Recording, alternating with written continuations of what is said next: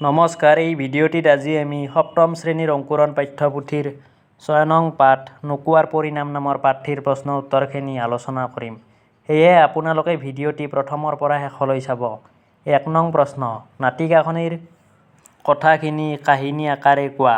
২ নং প্ৰশ্ন, নাটিকাখনিৰ সংলাপবোৰ অভিনয়ৰ যোগেদি শ্ৰেণীত উপস্থাপন কৰা। ৩ নং প্ৰশ্ন, ক সোণমিলি শৈলহঁতে কিয় বকুল ফুল বুটলিছিল? উত্তৰ: বিদ্যালয়ৰ শিক্ষক-শিক্ষয়িত্ৰীসকলক গ্ৰীষ্ম বন্ধ উপলক্ষে অনুষ্ঠিত হোৱা প্ৰীতি মেলত শ্ৰদ্ধা আৰু সম্ভাষণ জনাবলৈ সোণমিলি শৈলহঁতে বকুল ফুল বুটলিছিল।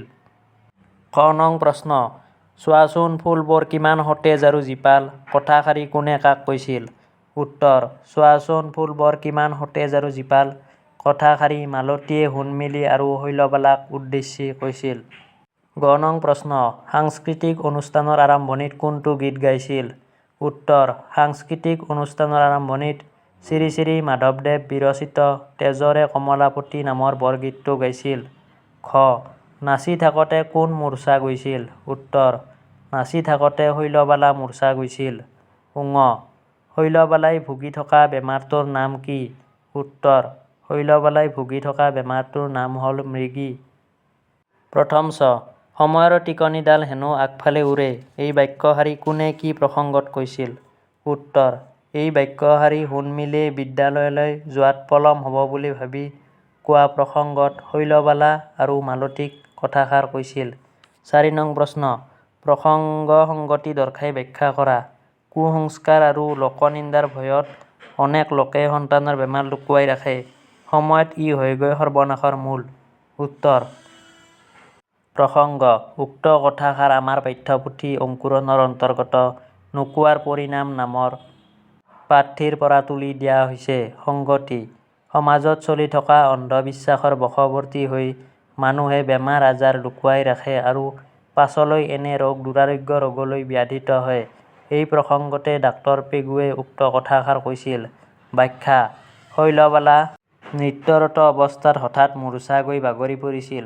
তাৰ পিছত ডাক্তৰ পেগুৱে চিকিৎসা কৰাত মৃগী ৰোগটো ধৰা পৰিছিল। শৈলবালাৰ ৰোগটোৰ কথা মাক-দেউতাকে গম পাইছিল, কিন্তু লোকনিন্দাৰ ভয়ত লুকুৱাই ৰাখিছিল।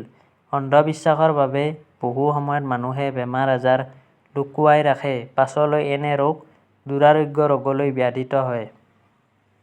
৫ নং প্ৰশ্ন, মালতীয়ে শৈলবালাক চেণ্ডেল শুঙাবলৈ উদ্যত হওঁতে প্ৰধান শিক্ষয়িত্ৰীয়ে কি বুলি বাধা দিছিল? উত্তৰ: মালতীয়ে শৈলবালাক চেণ্ডেল শুঙাবলৈ উদ্যত হওঁতে প্ৰধান শিক্ষয়িত্ৰীয়ে বাধা দিছিল কাৰণ চেণ্ডেল শুঙাই বেমাৰ ভাল কৰাটো এক কুসংস্কাৰ আৰু অন্ধবিশ্বাস বুলি তেখেতে জানিছিল। ৭ নং প্ৰশ্ন, তলৰ সম্বন্ধবাচক শব্দ কেইটা ভাঙি দেখুওৱা। মাৰা, মা-ৰা, ভায়েৰ, ভাই-এৰ, ভনীয়েৰা, ভনী-এৰা, খুৰীয়েকক, খুৰী-এক-এক। ৮ নং প্ৰশ্ন, বাওঁফালে দিয়া শব্দবোৰৰ লগত সোঁফালে থকা নিৰ্দিষ্টতাবাচক প্ৰত্যয়বোৰ মিলোৱা। পাণ, খিলা, বহী, খন, ল'ৰা, টো, ছোৱালী, জনী, মহিলা, গৰাকী। ৯ নং প্ৰশ্ন, চোৱাচোন ফুলবোৰ কিমান সতেজ আৰু জীপাল। এই বাক্যটিত থকা জীপাল শব্দটো জীপ শব্দৰ লগত আল প্ৰত্যয় লগ হৈ জীপাল শব্দ গঠিত হৈছে। তেনেদৰে তলৰ শব্দকেইটা গঠন কৰা। ৰস আল, ৰসাল, ভয় আল, ভয়াল, আল, উমাল, খং আল, খঙাল।